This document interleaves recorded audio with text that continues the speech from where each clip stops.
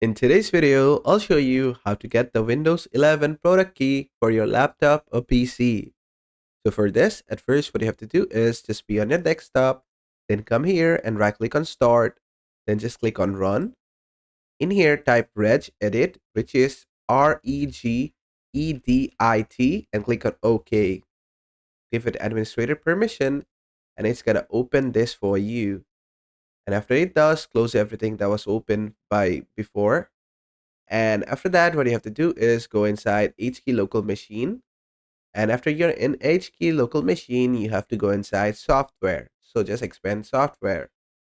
From here, just search for Microsoft and expand that. Just find something called Windows NT and expand that. Then go inside current version.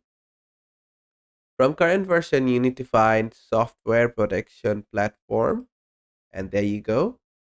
And after you're in software protection platform, at the right hand space, you'll find something called product key default.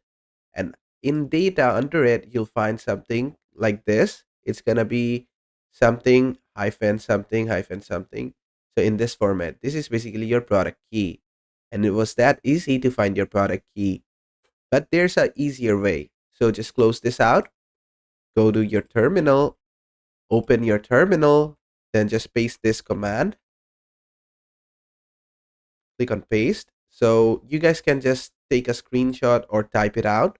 It is reg space query quote open hklm, which stands for host key local machine slash software slash Microsoft slash Windows NT slash current version slash software protection plan. Basically where we went in the registry edit, then space forward slash hyphen v space backup product key default, just hit enter. And it will spit out the same key over here as well, just with one line. So if you don't want to go into regedit, you can just type this one line and it will give you the product key over here. And that's basically it. And basically, that is how to get the product key in your Windows 11 laptop or PC. I hope this video was helpful. If it was, please give it a thumbs up and don't forget to subscribe.